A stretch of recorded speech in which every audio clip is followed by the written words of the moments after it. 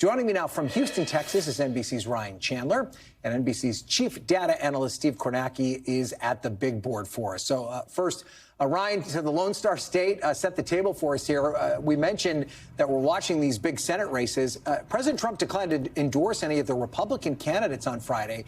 So how are they making their final pitches to voters? Well, right, Ryan, without the explicit endorsement from the president, or at least the exclusive endorsement, he seemed to heap praise on all three of these men at his event in Corpus Christi, Texas last week.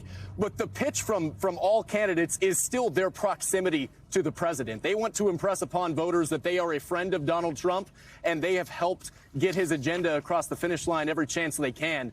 You cannot watch TV anywhere in Texas right now without being bombarded with ads from all of the candidates. But every time you see an ad from Senator Cornyn, it makes sure to hammer home the point that at least their claim that he has voted with President Donald Trump 99% of the time in Congress, repeating that claim over and over to make sure that while a lot of primary voters here in Texas on the Republican side see Cornyn as more of a moderate, even maybe a little too liberal for their preference, they want to make sure they know that he's been a friend to the president at every turn. Now, Paxton's argument is that Cornyn is a creature of the Senate that's been there for 40 years, and it's time for a more MAGA-minded senator. So we know President Trump's not going to be weighing in, but we did see a big last-minute endorsement on the Democratic side. Tell us more about that. Right. Former Vice President Kamala Harris sticking her neck out for Jasmine Crockett with a last-minute endorsement, I believe, on Friday. That's a big deal, the biggest name to wade into the Democratic side of this primary. I sat down with Jasmine Crockett earlier today here in Houston. She's feeling very confident with a lot of momentum with an endorsement like that. I think the concern, though, is that did it come too late? Keep in mind, in Texas, the election isn't on Tuesday. It ends on Tuesday with a long period of early voting. By Friday, a lot of people had already voted, although we are seeing some polling that among those who have not voted, they break for Crockett by a significant margin. Ryan.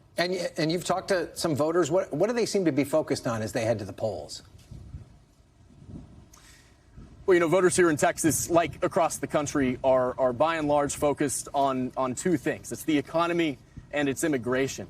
Now, I think you get the sense that these campaigns maybe don't want to end with their closing message being this war in Iran. They want to stay focused on those two bread and butter issues. Of course, here in Texas, that is certainly on the top of our minds. Ryan. Okay. All right. Steve, let's go to you now and talk us through where the numbers stand at this hour. How likely is it that we see a runoff in the Republican primary? Yeah, I think that's the expectation that, Wesley Hunt, the third candidate in this race, congressman, from the Houston area, he's going to draw enough support that's going to have this go Cornyn and Paxton into the runoff there. And you're talking about that dynamic of, Cornyn hoping to get an endorsement from Trump being on the sidelines. I think maybe that's kind of what tomorrow is all about. If the conventional wisdom is right, this becomes a runoff between these two. What does Cornyn look like coming out of this? Is he a weak second to Ken Paxton, then trying to make the case somehow that he can overcome that? A 20-plus year incumbent can overcome that in a runoff period? Or does he do a little bit better, perhaps, than expected tomorrow? Could he outfinish Ken Paxton, make tomorrow a show of strength, have some momentum going into that runoff? Maybe that would make him a more viable option to get a Trump endorsement that may end up being the make or break thing in a runoff. Okay. And then how are things looking on the Democratic side? Could there be a runoff there as well, or no? Technically, there could. There is a third candidate in that race who's really not polling anything. But if it were super tight between the top two candidates, the third candidate here getting 1 or 2% could kick it over there. But look, there's a lot of suspense here in this Democratic race. There has been polling that's shown Crockett ahead. There's been polling that's shown her ahead comfortably. There's been polling that has shown Tallarico ahead here. So no one really knows what to expect here. But a couple dynamics are pretty clear in the polling. One is that Crockett is doing extremely well with the black vote. About 1 out of 5 votes in this primary are going to come from black voters. Her political base is around Dallas. That's where her congressional district is. And there's a lot of black votes in that area in particular. So can she run up the score there? Tallarico's political base is right here around Austin. He's in the state legislature. He's doing well, very well with white voters in polling, particularly white college educated voters. So, a lot of area around Austin there, you see a lot of those types of voters. I think Houston, the Houston area, is going to be a big sort of swing area in this primary tomorrow. And I think it's Hispanic voters. There's been polling that has shown Tallarico way up with Hispanic voters.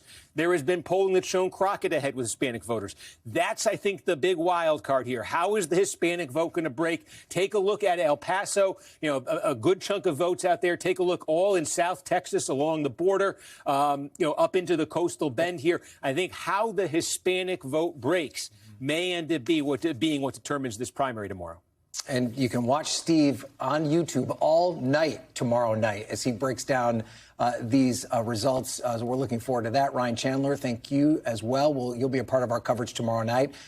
We thank you for watching. And remember, stay updated on breaking news and top stories on the NBC News app or watch live on our YouTube channel.